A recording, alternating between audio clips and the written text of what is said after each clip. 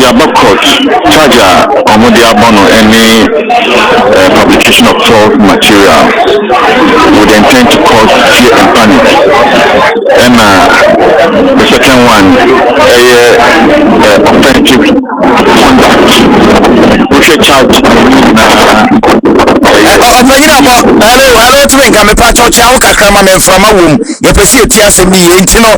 There's a false publication, Waka Sumbi and Ukrainian, and only Suba Omodi Abono. I'm trying to check. So what kind of nuclear any offensive conduct? We should charge me anyway misdemeanor. That misdemeanor case. We should Omodi Chairman also. Omodi Chairman it's Black Maria. Meaning winning police form now.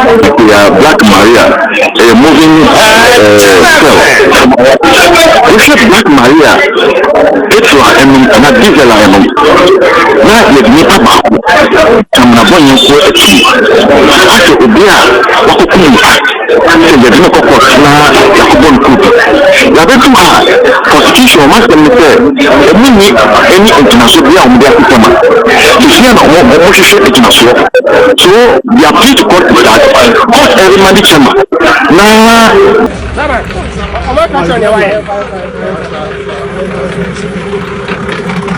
Oh yeah.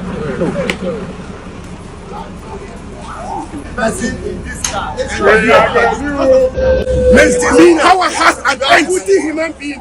The devils would kill everybody. The devils would only communication. I'm telling you, the devils only communication.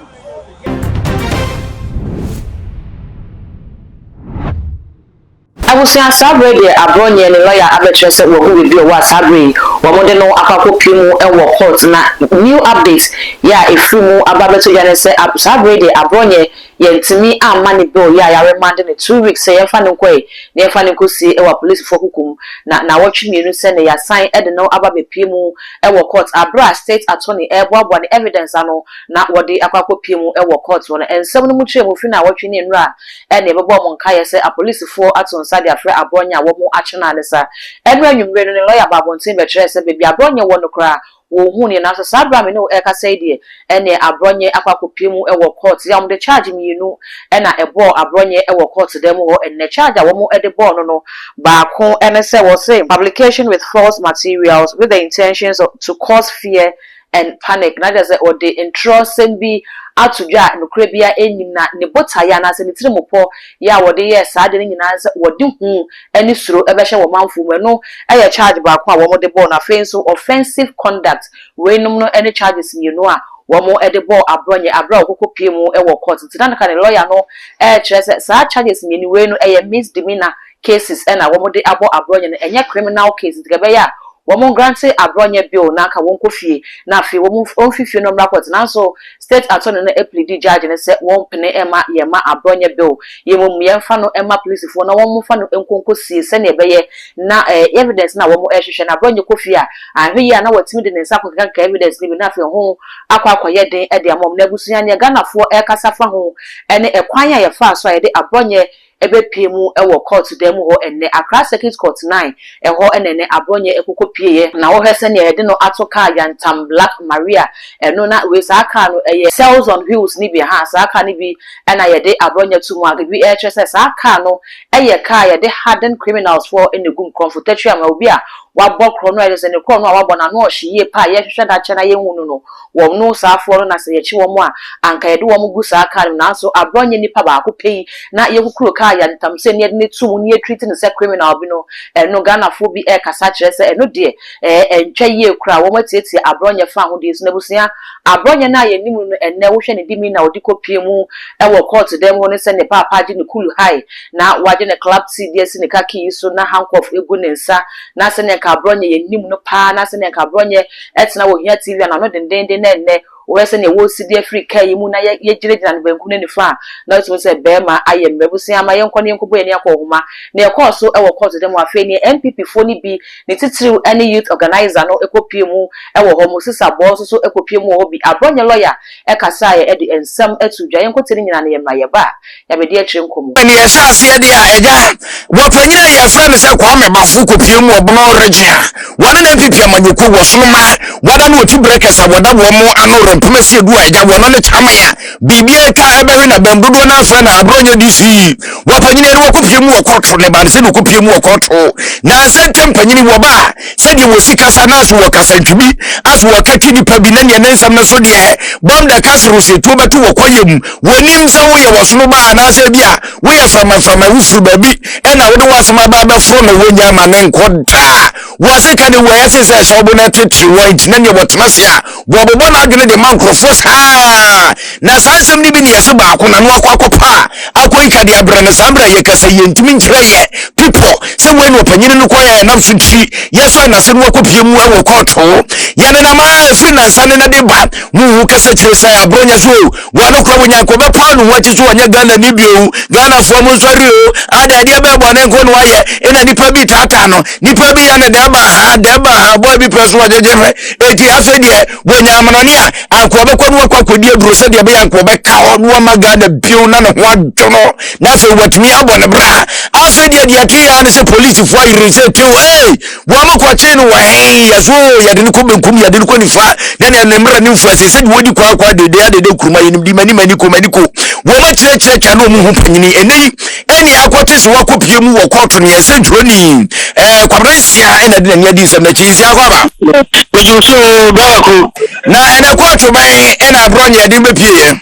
okay Accra Circuit Court 9 ene ebo be 1110 pepepe ena Black Maria CID car tuntum kese bi ene CID for eka ho amode ne bepie mu Accra Circuit Court 9 nti sabe die wa omode na ba hanu ma omode na wura mu eko inside ya omo ekotututu na no ne hu di ntia omode ne ba memu Moses abo ena edi akire awura mu ewo inside honom ya petenka woni ni kasa na nko cheche mu di oko inside honom oko ya ade na di ewo honom ofanyi ma memu akwa bambra adum kase boso hello bra Moses na no man boko Manya dum nyama boko ye da ruade ase ena no emra se bi ba ye nyane ntie se ofie ko mu di kan ba ehwe no ne ade na nkomodie mtasa mo nhye da hu ba bia de ne ko ruade adom se ye hu ba bia de ne ko no am se ko adu ba no mo de bo no bo ne ba no wa ye nti o mo ba che no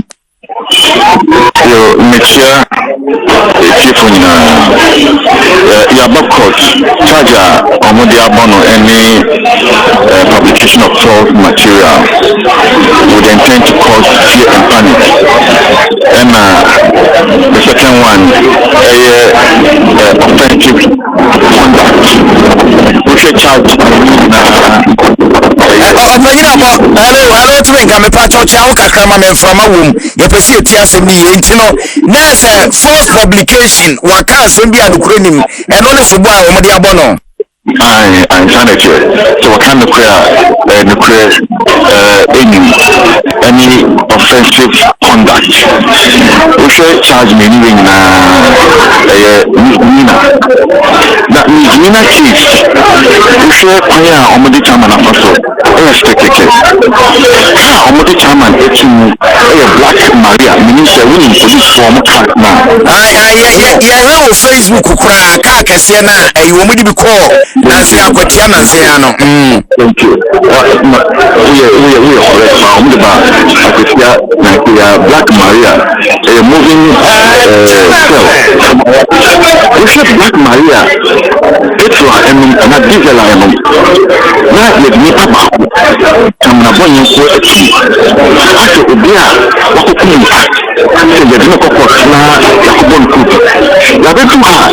Constitution must be any international beyond their system. If you are not more international, so we are pleased to court that court every man chairman. Now, I'm not a moment, not among the evidence against chairman before arraigning him with foko na yɛde ɔman wei yɛde bu ɔman wei saa then the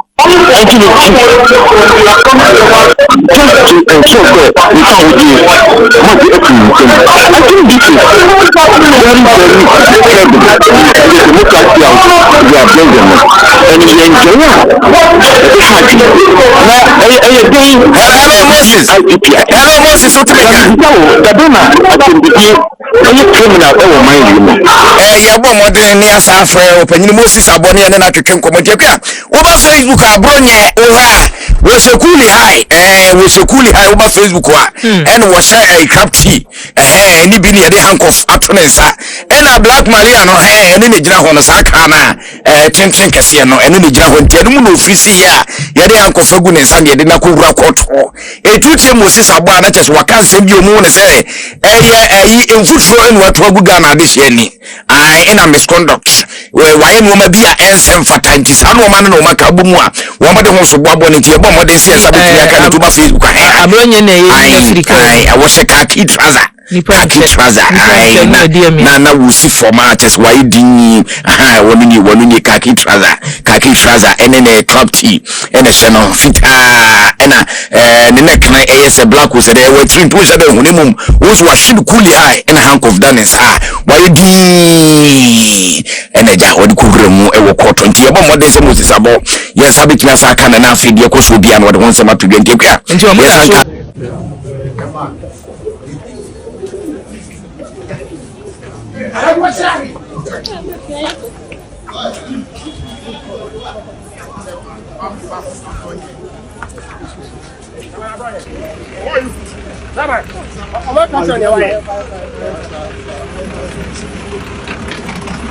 Oh yeah. Person in this car. We are the new, we are the new, see what they put misdemeanor. Is that criminal? Is that criminal? One day we will put more people in there. What is misdemeanor? Our has an end. Putting human being. The devils would kill everybody. The devils would only communicate. I'm telling you, the devils only communication. And we all have our revenge. You're making a correct video. Even the video, you are denying it. Esabusia and some senior echegu ye e wo court no and e dia babesum na Ghana for say Abronye it is a wuni mo wo a wo he na yeti he ya na Ghana for mu sori o Ghana for mu sori ade menya Ghana ni biemu na eye mu nti e na mahama eye mi se wo no kra Waya Ashanti Regional Chairman maybe MPP Fruma Eshe Krabono, Shekwan I don't know a fast name to Saudi, where who she crank, well who Muntumi de young Cadbetu Hufwa, so what's na radio so na some no can a walk on the sun, set Biano, a police for answer and ya Abronye, and need some nechia, send your BBI, the whole update room, the best I pay from my Biano, yeah, the whole update so about Suma Meso say, aha, too much GH me as subscriber to no super chairman after on the count, so I don't upload me to the first person here will say a all the social media platforms so kwa too much GH or subscribe no like it now I share no one you be so and you be actually at the dark gold.